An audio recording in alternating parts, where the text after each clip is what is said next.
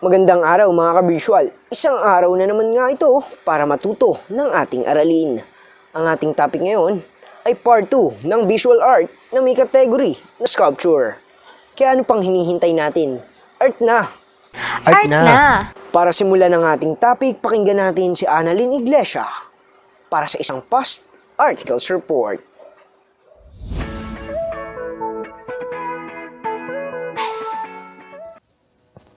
Tama ka dyan, Mark.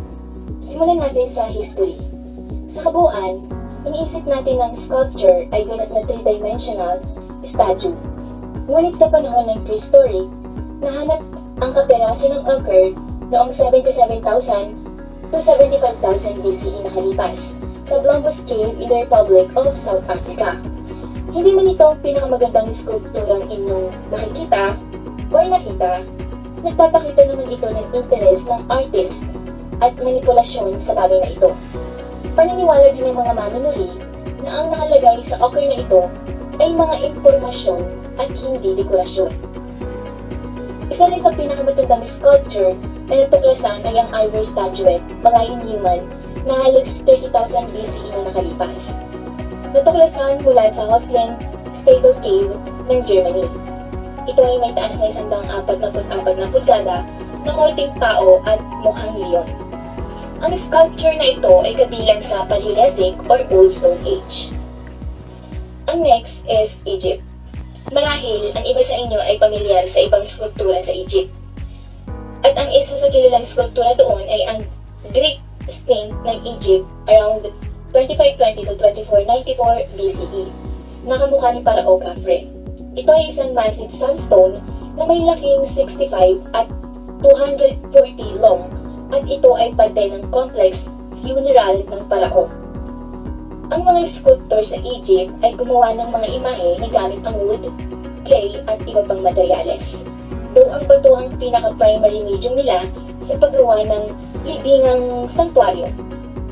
Bagaman, sa ika-14 taon, sa panahon ng pamamahala ni Parao, Akhenaton, nagbago ang pagporte ng eskultura sa Egypt. Ang statue ng paraong ito around 1335 to 1353 BCE ay nagdala ito ng maraming timbang sa kasaysayan ng sining sapagkat nagpapahiwatig ito ng isang paglilipad mula sa matigas, malaplak na figures nito ay naging softer. Sa Greece naman, ang mga early Greek ay sinundan ang paggawa ng mga Egyptian ng sculpture noong 19th century BCE. Hanggang sa nag-early classical period na ang mga sculpture mula sa rigid mode ng portraiture ay naging more realistic o realism. Well, the rise of Christianity, bago ang 325 CE, ang majority ng Roman Empire ay mga pagano. Ang sculptures ay ginawa upang igalang ang mga Diyos bilang libingan o nagpapakita ng pagiging perpekto ng hubad na katawan o propaganda at pagpapakita ng kadakilaan ng emperador at parao. Aphrodite ay isang Greek goddess of love, beauty, pleasure, and procreation. Ang Roman equivalent niya ay si Venus. Let's move on in early medieval. So dito na lumaganap ang Christianity sa Europe. At ang mga tao ay kailangan ng Biblia para mapag-aralan ang mga ebanghelyo.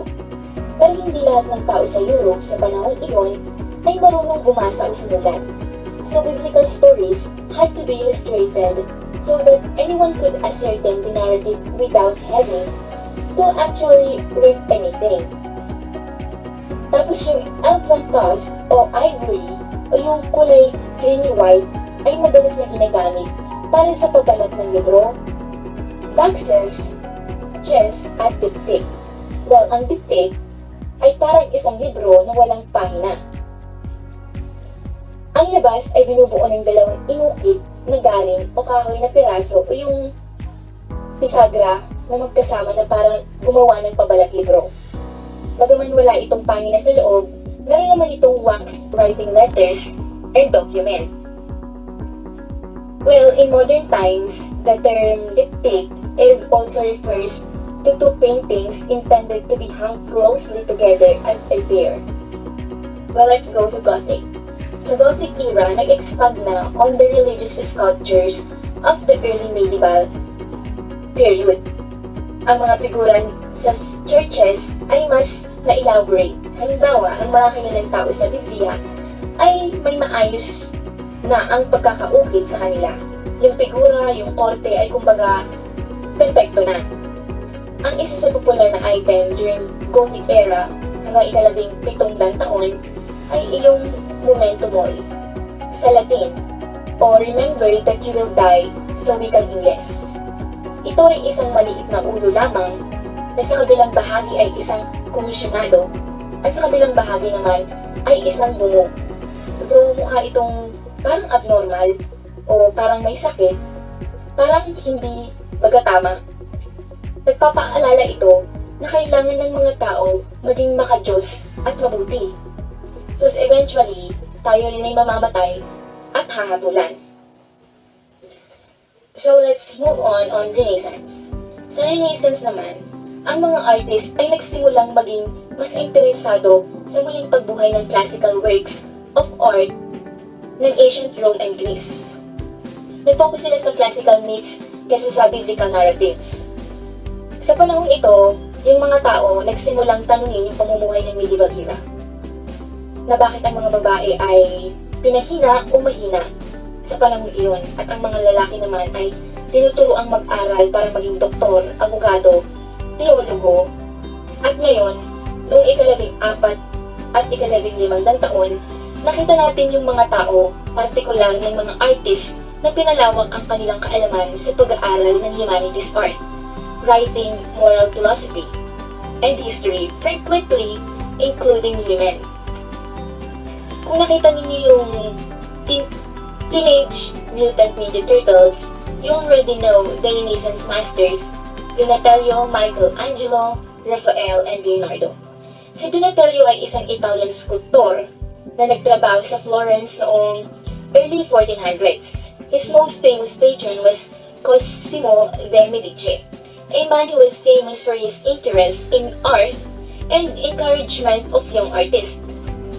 This is the first piece Cosimo de' Medici commissioned from Donatello. Sa panahong ginawa iyan yung unang standing nude sculpture since ancient times. While the second Ninja Turtle, famous for his sculpting abilities, in the incomparable, undisputed king of Renaissance sculpture, Michelangelo, born in 1475. Well, bata pa siya nung nagsimula siyang umukit at ang una niyang gawa ay ang The Madonna and Child, na natapos niya noong 16 years old pa lang siya. Yeah. Noong 1497, kinumusyon siyang iukit ang nagdadalamhating si Virgin Mary over his deceased son. Isa yan sa famous works ni Michelangelo na natapos niya noong siya ay 24 years old pa lamang. Yeah, that's it. So, sa Baroque and Rococo naman, ang mga skulptura sa panahong ito, they adopted the idea of Renaissance artists. The resulting works of art are almost exclusively in the round, very dramatic and dynamic. Rococo sculpture were a little more polite and small, focusing on porcelain as a medium rather than marble. The Rococo era was one of wealth and porcelain had just been imported to Europe from China. Its extreme delicacy made it a luxurious item, and all the wealthy aristocrats had porcelain dinner plates and figurines for their homes to show off their wealth and taste. Yeah. So let's go with 19th to 20th centuries. In the 19th and 20th centuries, the art world was going through some massive shifts. Painters turned towards Impressionism, and so did sculptors. Instead of focusing on perfect anatomy, details, and storytelling, they paid more attention to personal expression, stylization, and interest in surface texture. Perhaps one of the most famous sculptors on the early 20th century is Agustin Rodin.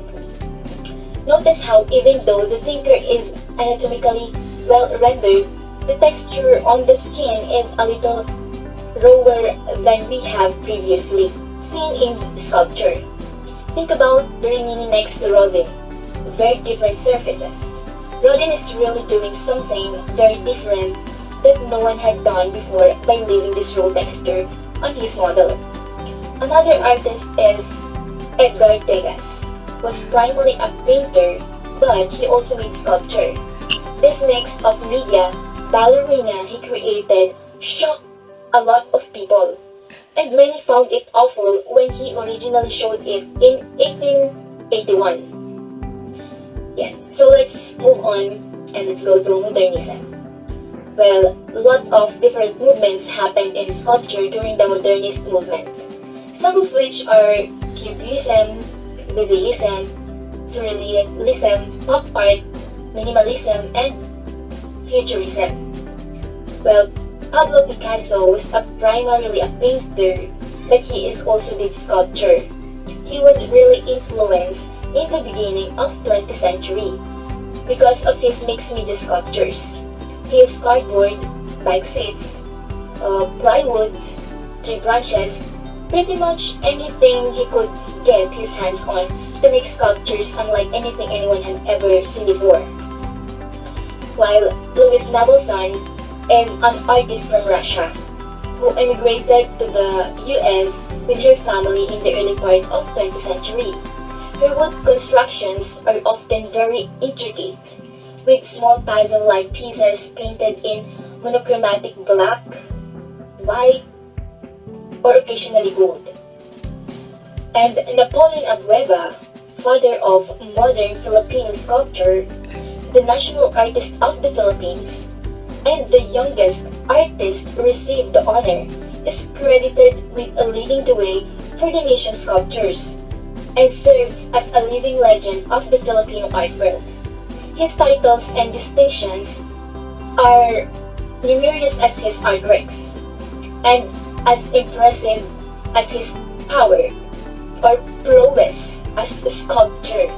Napoleon Abueva's long and fruitful career as a sculptor has lent him the official title of the National Artist of the Philippines, and an official recognition of being the father of contemporary Filipino sculpture. Abueva's influence on Filipino art has been immense. Varied as wood, bronze, coral, and stone, we explore the life and work of Philippine most talented and recognized modern sculpture. So, yan ang aking report para sa isang past articles. Art na! Balik sa'yo, Mark. Art na! Isunod naman natin ang the art-appropriate elements mula sa report ni Liana Manalanzan.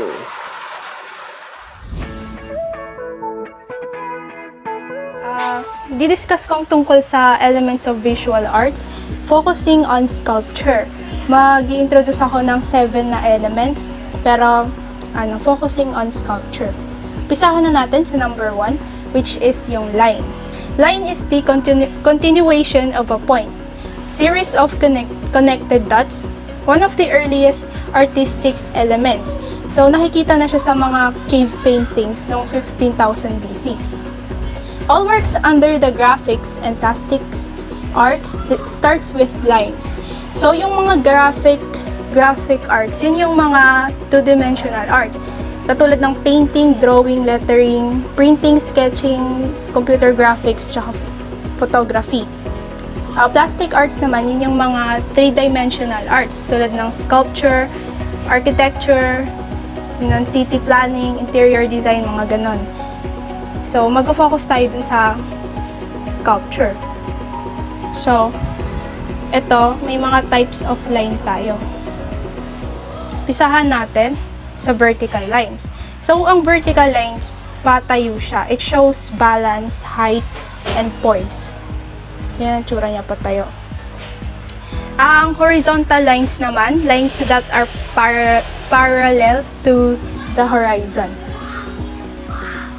Para siyang nakahiga siya, at rest. It emphasizes width. So, ito, example ng mga sculpture na may elements ng line. Example pa rin to ng lines. Broken or jagged lines, ito yung parang zigzag lines. It's a series of dashes. Zigzag lines are combination of diagonal lines that connect at points. Curved lines. Softer than the straight lines or softer than zigzag lines. Ito example ng sculpture na may curved lines. Makikita natin, three-dimensional siya. Itong mga sculptures na to. At may mga curved lines sila. Dahil nga yung mga plastic arts, nag-umpisa rin sila sa mga elements ng arts.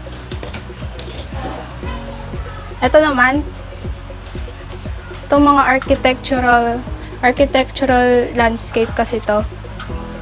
Pero three-dimensional din sila, parang sculpture. Para silang zigzag lines, diba? Types of lines pa din, repeating lines. So, ayan, repeating lines. Pwedeng series of vertical lines, horizontal lines, diagonal lines, curved lines that shows rhythm. Tulad niyan. Ito, series of diagonal lines. Ito, series of vertical and horizontal lines. Ito, series of curved lines. Example, na sculpture. Kung mapapansin nyo dito sa sculpture na to, mga repeating lines. Pati dito, may mga repeating lines sila. Vertical lines, ayan, nakikita natin. Ito naman, curved line na may pagka-horizontal. Ayan. Tayo, number 2, shape. Areas of enclosed space, flat has a height and width. So, ito, two-dimensional to. Mas magiging broad yung explanation nito dun sa painting. So, hindi natin ito masyadong gamitin sa sculpture. Pero, ayun, ang shape pwede maging natural or geometric. Ang natural, yun yung those we see in nature. Shape of men, animals, clouds, trees, or leaves. So, maybe interpreted realistically or maybe distorted. Geometric naman, mathematical shapes made out of points and lines like triangles, square, and circles. So, ito parang precise na na line. Form or three-dimensional version of a shape. So, focus nito ay yung sculpture. Can be viewed from different angle and is not flat. Have height, width, but they also have depth or volume. So, example niyan, ganito. So, ito mga sculpture na may form. Three-dimensional sila. Ito, makita natin, para siyang organic shape, di ba? Pero three-dimensional siya. Kaya form, hindi siya shape. Form. Colors are what we see when light reflects off an object. These reflected wavelengths turn into a range of colors on a spectrum, like red, blue, and yellow. It usually enhances the attraction of an artwork. So, sa sculpture, usually hindi nila kinakoloran yung mga sculpture, lalo na sa classical sculptures, usually white lang or parang kulay ng bato lang. Hindi nila kinukulayan. Pero may mga sculptures naman na may kulay. Katulad nito, sculpture na to. Pangalan ng sculpture na to, Bust of Nefertiti, made by Thutmose. So, ang sculpture na to, usually mga sculpture walang kulay, pero ang sculpture na to may kulay siya. Kumati natin, may blue siya, may red, tsaka may kulay ng skin. Ganun. Move on na tayo sa value, which is yung lightness or darkness ng color. Yun nga, ang sculpture meron siyang value. Kaya siya nagiging three-dimensional. Pero sa tingin ko, mas ma-appreciate natin yung value kapag nasa drawing siya or nasa painting siya. Kasi nagiging realistic yung drawing kapag may value. Katulad nito. Nagiging realistic siya, nagiging three-dimensional siya. Yan, ganyan. Move on tayo sa texture. Texture, the way something feels or looks like it might feels in an artwork, can be real or implied. Tapos, real texture are something that you can actually feel with your fingers when you touch the art. Implied texture visually looks like it. So, dahil nakikita nyo lang yung mga sculpture na to, implied texture lang to. Yung real texture, yung actual na nahawakan mo. So, ito, implied texture lang to. Itong sculpture na to, mukha siyang rough, diba? Yan. Implied texture lang kasi nakikita lang naman natin, hindi natin nahawakan. Ito naman, ano sa tingin yung texture niyan? Sculpture din yan. So, mukha siyang soft, diba? Tulad dito. Ito naman, mukha siyang balloon-like sa implied texture. Pero, malay natin sa real texture niya, solid pala siya or matigas. Pero, mukha siyang balloon-like, diba? Next naman natin, ito, sculpture din to. Mukha siyang liquid, soft, pero not na lang, baka solid din yan sa totoong buhay. So, hanggang dito yung report ko. Maraming salamat sa pakikinig. Art na! At dahil nalaman na natin ang elements ng visual sculpture, sino-sino nga ba ang mga gumagamit nito? Tunghayaan ang report ni Alessandra Gasingan para sa Passion Art Appreciation.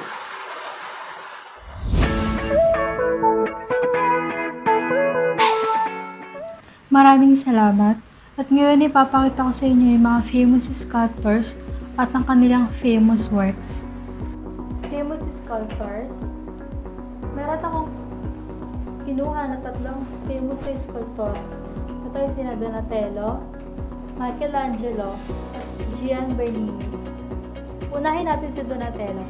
Donatello, original name in full Donato di Nicola di Beto Bardi, born 1386 in Florence, Italy, died December 13 in 1466. Master of sculpture in both marble and bronze, one of the greatest of all Italian Renaissance artists.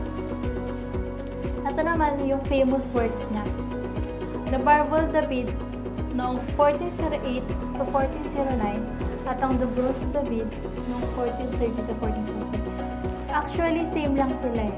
Parang sinundan lang after neto Marble David, sinundan ng The Bronze David. Parang, ito yung una niyang ginawa, tapos ito naman yung ginawa niya ulit, pero mas perfect naman tong isa. Ito yon. The Marble David is Donatello's earliest known important commission. The positioning of the legs hints at a classical contrapposto. Kapag sinabi contrapposto, contrast yung shoulders tsaka yung arms niya. Makikita niyo naman sa picture na contrast yung shoulder tsaka yung arms ni David. The head of Goliath lying at under David's feet. Mamaya, i-zoom in ko yung pinakababang part para makita niyo yung ulo ni Goliath. Second, the Bronze David. The iconography of the Bronze David follows that one of the Marble David. That David has overcome Goliath not by the physical powerness but through God. David is presented uncircumcised. Pinakita dyan na, kita nyo naman na, kita yung private part ni David. Pinakita na hindi siya tuli. Kasi nga bata lang si David na lumaban sa isang higante na si Goliath. Ito na may picture ng malapitan. At yung sa likod ng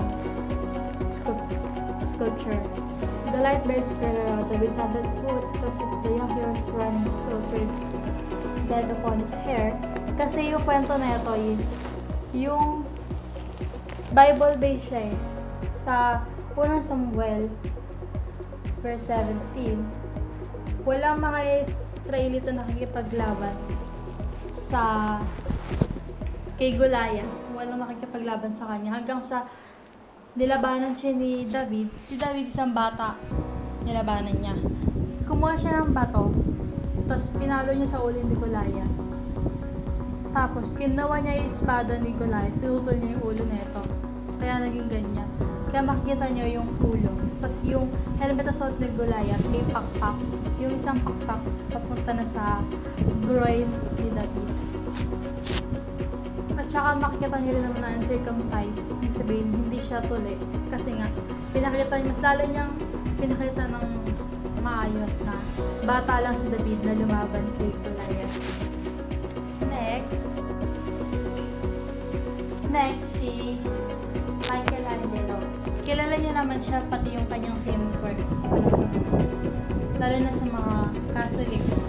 Michelangelo di Lodovico Buonarroti Simoni noong March 6, 1475 to February 18, 1564 was a painter, sculptor, architect, engineer, and a poet during the Renaissance. It is said that his talent and ability in the disciplines of his world appealed to Leonardo da Vinci. Next ay Pieta. Pieta, meaning piety, compassion, is a subject in Christian art depicting the Virgin Mary cradling the dead body of Jesus. Most often found in sculpture as such, it is a particular form of the lamentation of Christ aside from the passion of Christ. Siyempre, mas kilala tong Pietas. Of course, sa mga Catholic. May ganyan sila eh. Nung Catholic pa ako dati, tuwing may pupunta ako ng simbahan ng Katoliko, meron ganyan. Dahil ko makikita. The most example of Michelangelo was carved from a block of marble and is located in St. Peter's Basilica in the Vatican City. The body of Christ is different from most earlier Pieta statues which were usually smaller in wood. Parang, ito yung unang Pieta na ginawa. Yung gumawa syempre si Michelangelo. Tapos marami nang sumunod na gumawa rin ng Pieta. Marami na rin nag-ukit ng ganyan. Iba-iba nga eh. Papakita ko sa inyo yung iba. Ito yung original. Tapos meron namang ganito na yung isa is nakalumpasay na si Jesus na sahig. Tapos si Maria, parang nakatingin sa taas. Tapos yung kamay niya, naka-open hand. Compare mo dito sa isa na hindi masyadong malayo sa katawan ni Jesus. Tapos nakayuko. Yung isa nakatingin sa taas. Ganun. Ginawa nila ng iba't ibang version nila siguro yung Pieta. Ito naman yung isa, kahoy. Ginawa rin ito ng ibang mga sculptor. Pero ito talaga yung pinaka-original na gawa. Yung nasa gitna. Next, si Gian Lorenzo Bernini. Also, Giovanni Lorenzo, December 7, 1598 to November 28, 1680, was an Italian sculptor and architect. In addition, he was a painter, mostly small canvases in oil and a man to theater. He wrote, directed, and acted in plays, mostly cannibal satires, for which he designed stage sets and theatrical machinery. Siya si Gian Lorenzo Bernini. Kanyang famous work is The Rape of Proserpina noong 1621 to 1622. Ito yung tsura nun. Yeah. It's a large Baroque marble sculpture of a group of Italian artists Gian Lorenzo Bernini executed between 1621 and 1622. Bernini was only 20 years old at its completion. It depicts the abduction of Proserpina, who is seized and taken to the underworld by the god Pluto. The word rape is the traditional translation of the Latin raptus Caesar, carried off, and does not refer specifically to sexual violence. Dito sa sculpture na to, makikita yung kaya nga nakalagay na abduction, meaning pag-agaw, seize, sakupin. Parang nilagay na din dyan na word, tinawag dyan na rape. Kasi makikita nyo naman sa itsura ni Proserpina na nagpupumiglas. Makikita nyo naman sa itsura ni Proserpina na nagpupumiglas, na gusto niyang umalis. Then makikita nyo rin kasi, papakita ko rin sa inyo yung kung paano yung hawak ni Pluto sa katawan ni Proserpina. Kung paano niya ginamitan ng puwersa para hindi makaalis o makawala si Proserpina sa kamay ni Pluto. Ito. Yan. Nakikita niyo sa kaliwa yung higpit ng paghawak ni Pluto sa bata na si Proserpina. Dahil nga gusto na itong umalis, nagpupumiglas, kaya ganyan yung ginawa. Nakita niyo yung balat na lumubog na sa sobrang higpit, na papalubog na sa sobrang higpit ng hawak. At nakikita niyo sa kanan yung mukha ni Proserpina na may luha at bata yung tsura na parang nagmamakaawa na gusto nang umalis, gusto niya mapakawalan siya. Ayan, yung gawa ni Lorenzo Bernini. Ayun. Salamat po sa Diyos. Muli, ako po si Arisandra Gasingan mula sa Quezon City. Passion, Art, Precision. Art na! Art na! Dumako naman tayo sa report ni Caycelyn Fajilan. Live!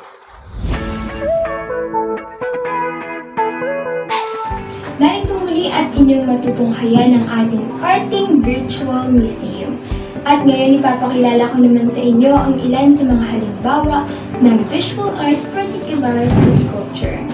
Kaya naman unahin na natin ang gawa ni Michelangelo Buonarroti na tinatawag na the Marble Statue or Marble David Statue na may taas na 17 feet at may bigat na approximately 12 pounds.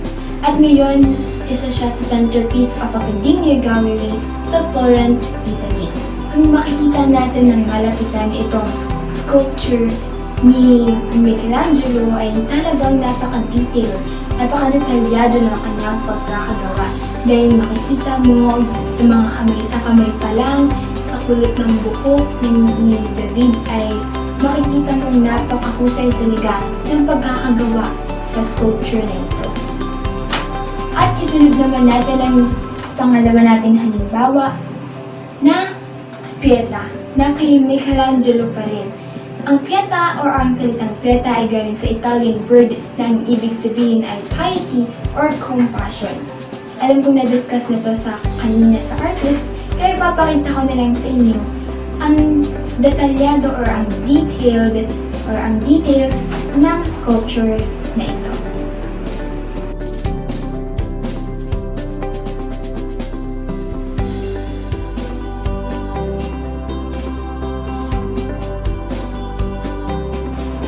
At para sa ating pangatlong halimbawa, narito naman ang The Tinker. The Tinker ng isang French sculpture na si Auguste Rodin. Ayan. At makikita naman ito sa Musée Rodin sa Paris, France. Or sa English, Museum Rodin sa Paris, France. Ayan. Ito ay gawa sa bronze. Kung yung mga nauna natin ay gawa sa marble, itong sculpture naman na ito ay gawa sa bronze. At matatagpuan nito, siya ay nakaupo sa garden ng Museum Rodin. At para sa iba pang halimbawa, panoorin natin ang ating The Honorable Mention.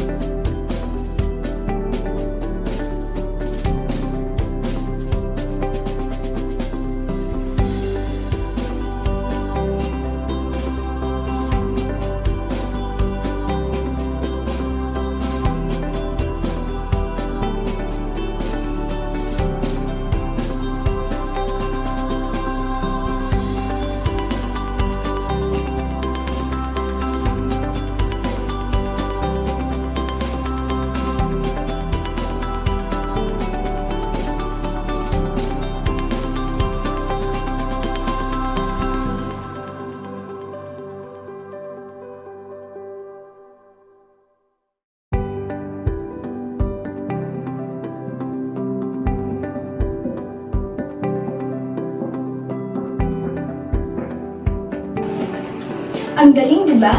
Gaya sa painting, ilan lang yan sa mga halimbawa ng visual art particular sa sculpture. Arting? Art na! Art na! At yan po ang mga natunghayan ninyong maiinit at makabuluhang mga aralin sa araw na ito. Muli, salamat sa Diyos sa inyong pakikinig. Diyos ang aming sandigan, serbisyo laverdarian ang aming pinahahalagahan.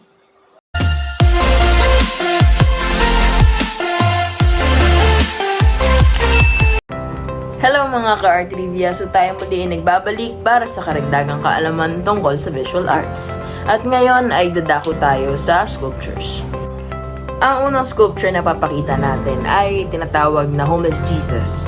Ito ay ginawa ni Timothy Schmalz noong 2013. Ang original na Homeless Jesus ay nasa Toronto pero ngayon marami ng kopya to. Nasa ibang mga lugar na usually malapit sa mga simbahan.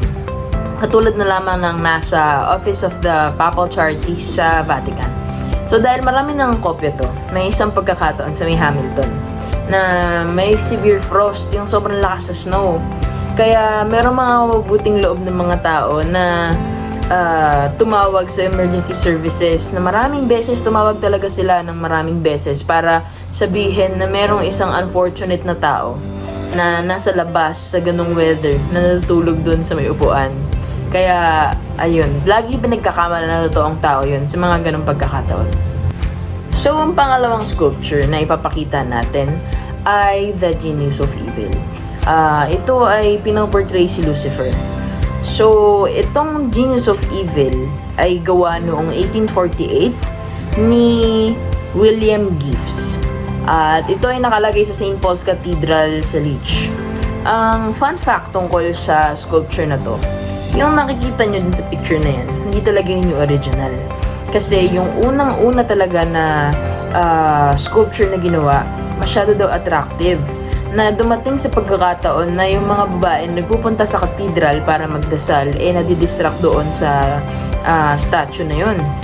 Kaya maraming mga pagdebate, mga diskusyon na dumaan at nagkasundo sila na palitan yung statue. Kaya, nung pinalitan yun, may mga dinagdag na details, kagaya ng pagdadagdag ng chains at saka ng nakagatan na mansanas dun sa may paanan ni Lucifer nung The Genius of Evil para simbolo yun ng punishment ng mga kasalanan. At saka yung posing din niya nag-iba. Kaya, ayun, eto na yung bagong Genius of Evil. Ang huling sculpture na ipapakita natin ay tinatawag na David. Ito ay ginawa ni Michelangelo mula 1501 hanggang 1504. Ito ngayon ay nasa Florence, Italy. So, ang fun fact tungkol sa statwang ito, si David kasi ay tinaguri ang The Perfect Man. Kasi pag titingnan ang bawat detalye nitong statwang to sa katawan, sa mukha, lahat mukhang perpekto sa basihan ng tao. Pero may mga nag-analyze at nakita nila, napansin nila na yung mata ni David ay cross-eyed. So, cross-eyed means duling. Pero, merong rason si Michelangelo kung bakit duling yung mata ni David. Kasi, dahil the perfect man nga siya, pag tiningnan mo, kahit saang side, perfecto yung itsura niya. Kaya yung mata niya, ganun, para kahit saang side mo siya tignan, maayos pa rin makita. Kaya dyan nagtatapos ang ating art trivia tungkol sa sculptures. For more videos, click the subscribe button and the notification bell. Thanks be to God for watching! Bye-bye!